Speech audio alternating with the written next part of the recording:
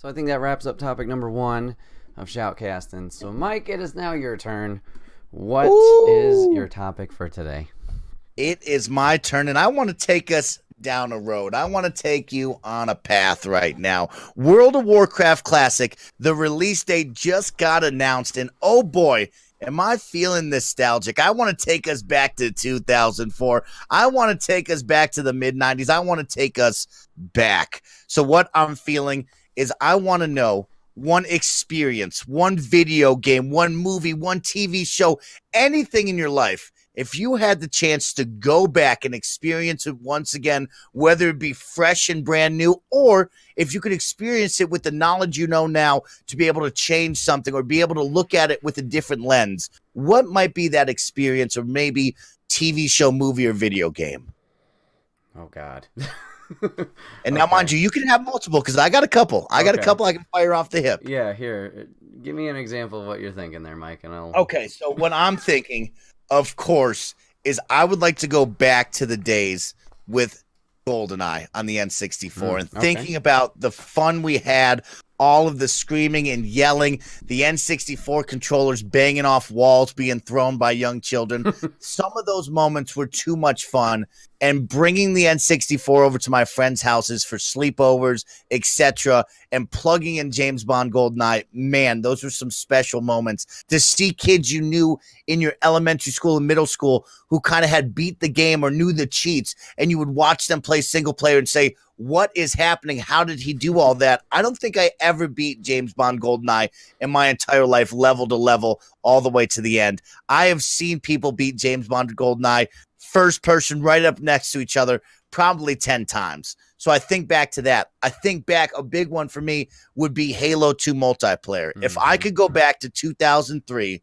and be at AJ Tesorero's house, where I could paint you the picture right now, his brother's room and his room were both wall to wall. His brother was 4 years older than us. All of his friends would gather in that room. They were all 16 to 18 years old. We were 12 years old, still in middle school. And we would somehow all meet up in a big party lobby, 4 on one side, 4 on the other, and people would be screaming, yelling. You would see your rank go up and down. If I could relive those moments, I would give up anything to do that because it was just so much fun.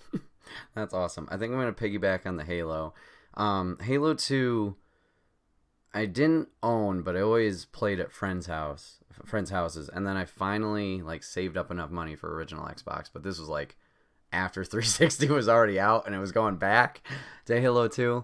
But there was a couple fun nights where, sleepovers and friends were hanging out, and we would always Coagulation. That was the map we did. Just go in that one.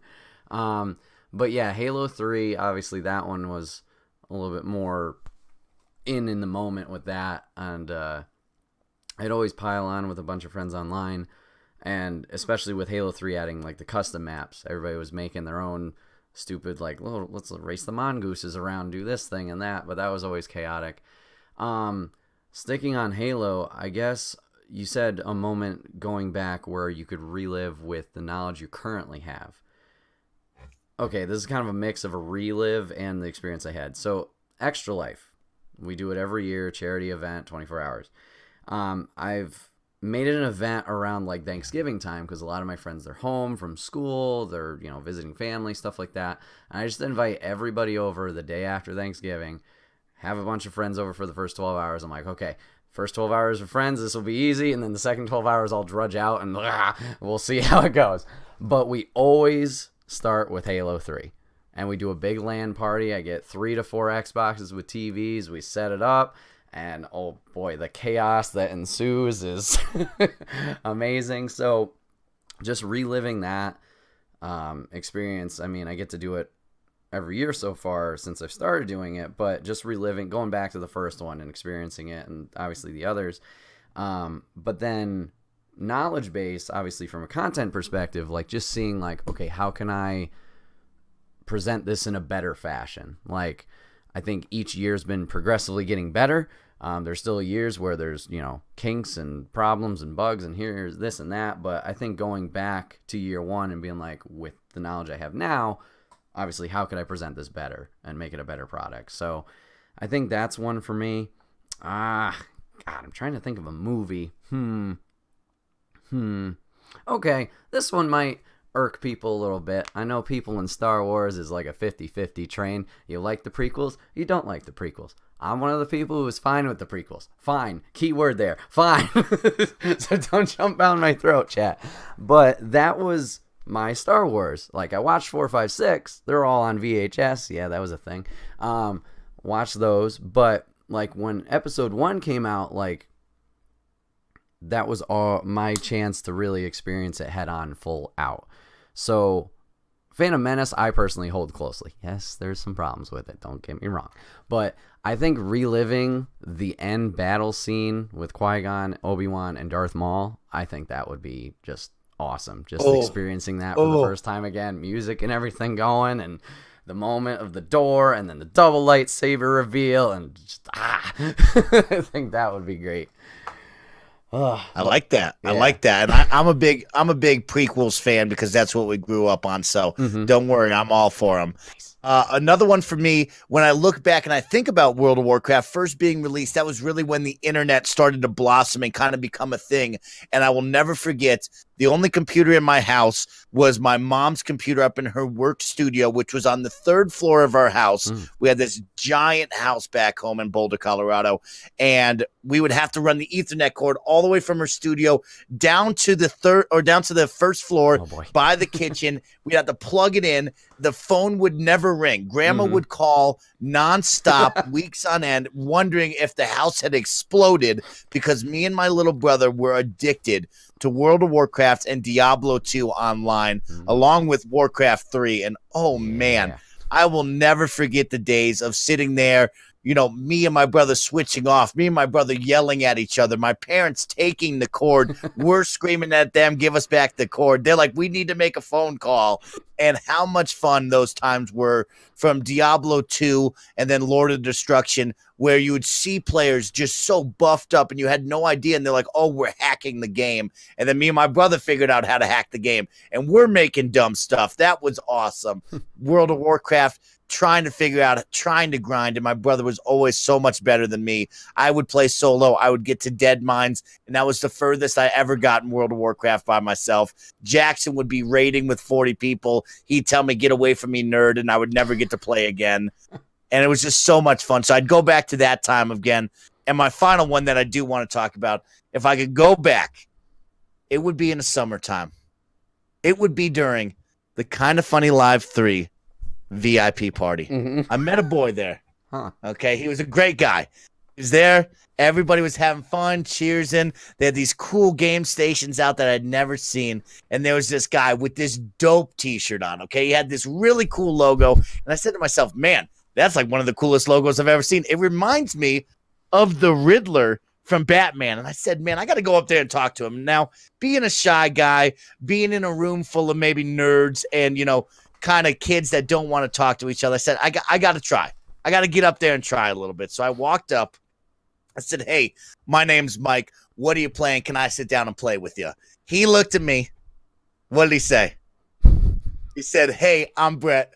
I'm Enigma 9011. You want to play with me? I said, yes, I want to play with you. What are you playing? He said, Injustice 2. In the back of my mind, it said, dang, I hate this game because I'm so bad at it. And we proceeded to clash about 3 matches, me being as the Blue Beetle, him playing as every character known to man, and just ripping my heart out like it was Mortal Kombat. And we created a friendship that would last for a lifetime. And, man, if I could redo that again, I would bring my own fight stick. I would throw down the gauntlet and say, hey, I'm about to beat you in this video game, and bring everybody around us so they could see how great he was at these fighting games. Uh-huh. Okay, I think, first off, that's the most accurate you've ever told that story. I like how every time in your stream, I'm shit-talking you.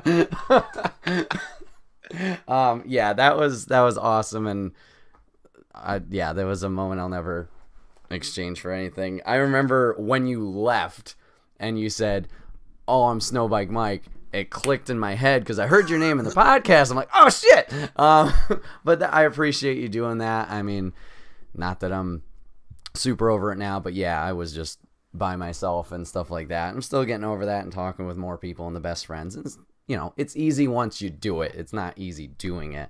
But yeah, that that was just it's a great moment. And you said you'd relive it and, throw down. I do want to point out, kind of funny prom, we did have a standing rematch that someone avoided, so I definitely avoided that. I have a lot of my I know you were busy hosting. I was the like, show. I'm scared out of my mind. Could I have done it? Of course I could have. But did I choose not to? Yes, I smartly got away from that.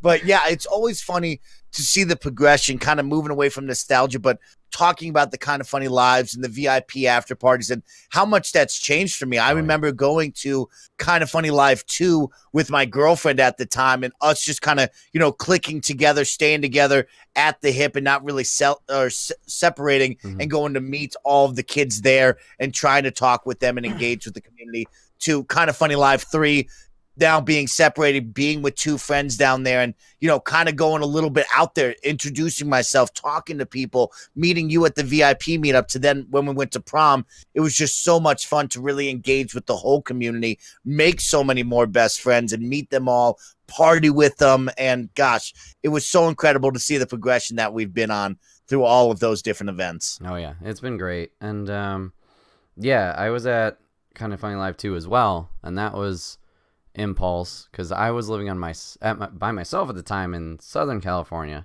and I was like, I'll drive up, whatever. So doing that, and then trying to break down that wall. And there's a few people I chatted with and had a good time with. Tom Hawkins is a big one. I made a post, I think it was after prom actually, about like how I've always had kind of an ambassador each time I've gone. Tom Hawkins was the first one. Then Kind of Funny Life 3, it was Super Killer Bunny. Then prom, it was Snowbike Mike, who was constantly looking out for me. I always had somebody who was kind of always checking in and be like, hey, how you doing? No. And like checking in. And it's once you break through that barrier of, we're all best friends, talk, make connections, it's definitely worth it. Like, obviously Mike and I meeting at 3, obviously that's been a friendship that's gone long and hopefully continues going on and will. But then there's a lot of other connections that we've made, whether it's people in our chat for streams or people we've had on our own podcast, or you and Fixer doing your own thing with Xbox and me. And just there's so many connections that you can make. Like I said, it's not easy to do, but once you do it, it's definitely worth it. So yeah, that's definitely a good moment to think about. I don't know. Anything else that I would relive or anything? No, nothing's popping in my mind, really. Mike, you got anything else, really, that you can think of? Only one more that I would relive because it's my glory days. Yep. When I turned 26, I took my lovely girlfriend at the time and my little brother down to Orlando, Florida to go visit Disney World and, of course, my favorite place on the planet, Universal Studios. If you guys have not been down there, or the LA version, they have Fear Factor Live there. Now, Fear Factor Live is an awesome competition that I love so much. They allow 8 guests to come on down and participate in what is called Fear Factor Live. It's 3 different fun events. The first one is usually you do something. The second one, you got to eat something scary. And then the third one, you got to go out there and beat a person in a head-to-head challenge. I was with my little brother at the time, who had been pounding Long Island iced teas, just wasted at the moment. And man, we had so much fun competing against 2 gigantic meatheads from Alabama. We beat those 2 in the first round. Since there was only 4 of us, we went on to the head-to-head, and it was my birthday that day. And I'll never forget getting to see my little brother across the stage, seeing my girlfriend in the crowd out there with everybody cheering, and thinking, I'm about to do Fear Factor Live against my little brother on my birthday. There's no way I'm going to let him beat me. And for some reason, I slipped right off the start. He was running much faster than me. Thankfully, like any big brother would do, I tripped him. And then I proceeded to take the lead and win. So if I could redo it again, I wouldn't slip, and I probably wouldn't trip him to see if it was better head-to-head. Fair enough. Kevin asks, is this the same girlfriend that stole your favorite sweater? No, that's a different one. That's a different. She owes me a dope sweater. That's a dope sweater, Kevin. All right, I got one more that I thought of as well. TwitchCon 2018. Obviously, the whole event experience I wish I could redo. There's something I would change. For those of you guys in the fighting game community, there's a meet and greet going on for one Maximilian dude in Yo Video Games. I thought, hey, let's leave an hour early and get in line. Oh, solid. It was fine. The guy running security. Okay. Stand in this line. Okay, I can do that. And then we wait. And we wait. And we wait. Hour passes. More security came because there was a shit ton of people in that small area. This isn't a line.